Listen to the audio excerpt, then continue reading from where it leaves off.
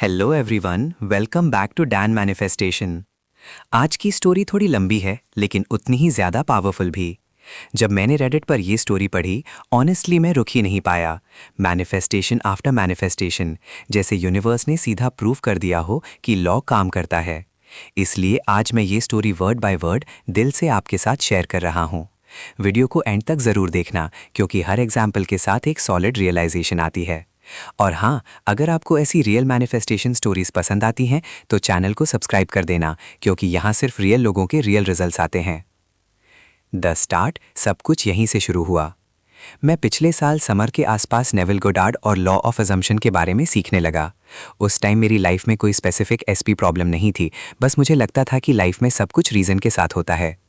जब पहली बार लॉ के बारे में पढ़ा तो ऑनेस्टली मुझे समझ ही नहीं आया कि ये काम कैसे करता है। मैं स्क्रिप्टिंग करता, एफर्मेशंस बोलता, लेकिन कॉन्फिडेंट होने के बजाय एंग्शियस हो जाता। And now I know why, क्योंकि मुझे लॉ की डेप्थ समझ ही नहीं आई थी। इसी सबरेडिट ने मुझे रियलाइज़ करवाया कि मैं क्या गलत कर रहा था और क्या मिस कर रहा था। मेरी सबसे बड़ी रियलाइजेशन, सच में मेरा 3D मेरी ही क्रिएशन है। जो मैं सोचता हूँ वही क्रिएट होता है, बस थोड़ा डिले होता है क्योंकि 3D पास्ट थॉट्स का रिजल्ट होता है। यहीं से सब कुछ क्लिक हुआ। Example 1, dream move to downtown. पिछले साल से मैं सोच रहा था कि मुझे डाउनटाउन टोरंटो में रहना है। प्रॉब्लम सिर्फ एक थी, पैसे। डाउनटाउन रेंट बहुत महंगा था। मैं अपनी आंट के घर रहता था, जहां सिर्फ 650 में सब कवर हो जाता था, लेकिन मैं हैप्पी नहीं था। जनवरी में घर का एनवायरनमेंट इतना टॉक्सिक हो गया, लड़ाई, बैकस्टैबिंग, ड्रामा, दैट मेरी मेंटल पीस बिल्कुल खत्म हो गई। तब मैंने डिसाइड कर लिया, बस मुझे यहाँ से निकलना है।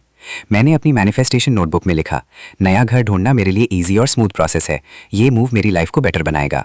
और फिर जो हुआ वो इनसेन था। मैं एक डाउनटाउन रूम देखने गया, 850 रेंट, सेमी फर्निश्ड। मेरे पास फर्स्ट और लास्ट के पैसे भी नहीं थे।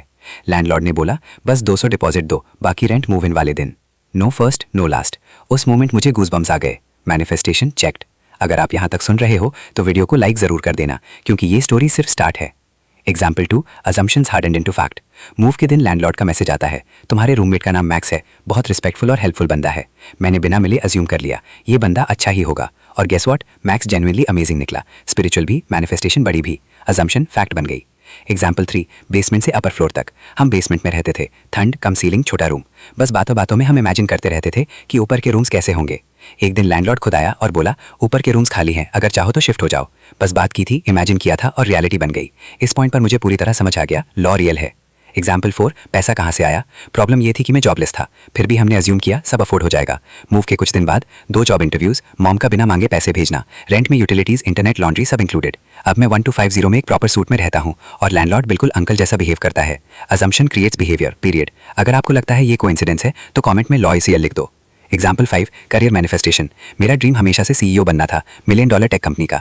मुझे सिलिकॉन वैली के प्रीसीड एक्सेलरेटर में एक्सेप्टेंस मिल गया। फुल टाइम जॉब छोड़कर पार्ट टाइम जॉब मिल गई, एक्जैक्टली जो मुझे चाहिए थी। 72K वाली जॉब नहीं मिली और मुझे बुरा भी नहीं लगा, क्योंकि मेरा फोकस $1 मिलियन पर था, नॉट सैलरी पर। Dominant thought creates direction.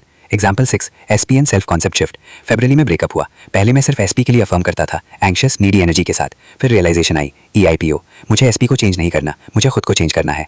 मैं सिर्फ 3 एफर्मेशंस बोलता हूँ, I am loved, I am chosen, I am first best. और जैसे जैसे मैं खुद से प्यार करने लगा, workout, healthy routine, self respect सब ऑटोमेटिकली आने लगा। और SP 3 हफ्तों बाद खुद मैसेज आता है, वही कॉम्प्लीमेंट्स, वही वर्ड्स जो मैं खुद के लिए अफर्म कर रहा था। मैं काम हूँ, मैं वेट कर रहा हूँ, क्योंकि मैं जानता हूँ it is already done. Final realization, मेरा ओल्ड वर्जन पैनिक करता, न्यू वर्जन ट्रस्ट करता है।